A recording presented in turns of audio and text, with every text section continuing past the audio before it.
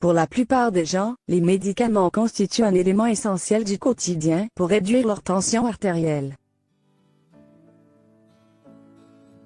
Ces médicaments ne guérissent pas l'hypertension artérielle, mais ils peuvent aider à la ramener à un ton normal. Il existe une variété de classes de médicaments d'hypertension. Dans cet article, vous allez découvrir l'une des familles de ces médicaments qui pourraient augmenter le risque du cancer de poumon selon une étude récente. Un tiers de la population mondiale souffre de l'hypertension artérielle selon des chiffres de l'Organisation mondiale de santé, avec une forte concentration dans les pays en voie de développement. De ce fait, il existe une batterie de familles de médicaments que les médecins prescrivent pour traiter cette maladie, entre autres les inhibiteurs de l'enzyme de conversion, IEC. Les différentes familles de médicaments d'hypertension artérielle inhibiteurs de l'enzyme de conversion, IEC. Les inhibiteurs de l'enzyme de conversion de l'angiotensine empêchent votre corps de fabriquer une hormone qui force les vaisseaux sanguins à se contracter. Une fois que le liquide contenu dans les vaisseaux sanguins diminuera, la pression à l'intérieur va baisser. Diurétique, aide les reins à éliminer le sel et l'eau du corps. Alpha-bloquant, bloque les signaux nerveux avant qu'ils ne puissent dire aux vaisseaux sanguins de se resserrer. Les vaisseaux restent détendus, ce qui laisse plus de place au sang et réduit la tension artérielle globale. Agonistes centraux, empêchent le cerveau d'envoyer des signaux qui accélèrent la fréquence cardiaque et rétrécissent les vaisseaux sanguins. Ces médicaments sont également appelés agents à action centrale, inhibiteurs adrénergiques centraux et agonistes alpha-centraux. Inhibiteurs directs de la rénine, ciblent le même processus que les inhibiteurs de l'ECA, de sorte que les vaisseaux sanguins ne se contractent pas. Ils l'empêchent de déclencher des réactions avant que l'hormone ne soit fabriquée.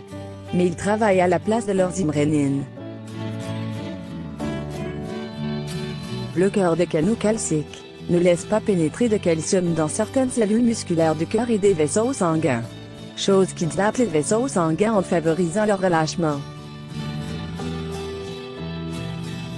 L'utilisation de l'ECA est associée à un risque accru de cancer du poumon. Il paraît que l'inhibiteur de l'ECA est le plus courant. Les scientifiques croient que ces médicaments causent l'accumulation de produits chimiques appelés bradykinin sur les poumons, ce qui peut causer le cancer.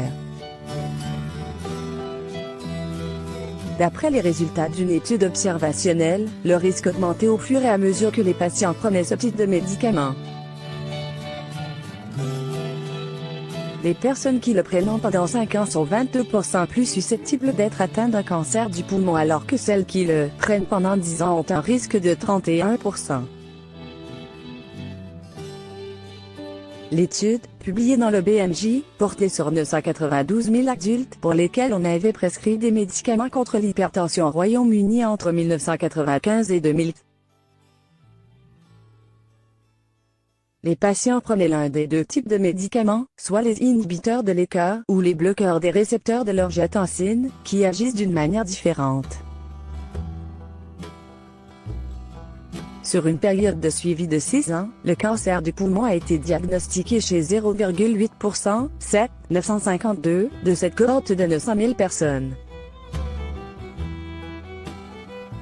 Après avoir pris en compte le tabagisme et d'autres facteurs de confusion potentiels, l'utilisation d'inhibiteurs de l'ECA était associée à un risque de cancer du poumon plus élevé de 14% par rapport à l'utilisation des bloqueurs des récepteurs de l'angiotensine. Dans une analyse secondaire, l'utilisation d'un inhibiteur de l'ECA pendant moins de 5 ans n'a pas été associée à un risque élevé de cancer du poumon. L'étude a été menée par des chercheurs de l'Université McGill à Montréal au Canada, qui ont réclamé des études supplémentaires, avec suivi à long terme, pour étudier les effets de ces médicaments sur l'incidence du cancer du poumon. Cependant, il est intéressant de connaître les aliments qui peuvent aider à baisser l'hypertension artérielle. Les bananes contiennent beaucoup de potassium. un minéral qui atténue la tension dans les parois des vaisseaux sanguins et permet de gérer l'hypertension. Boire du jus de betterave peut réduire la pression artérielle à court et à long terme, et ce grâce au niveau élevé de nitrates inorganiques dans la betterave.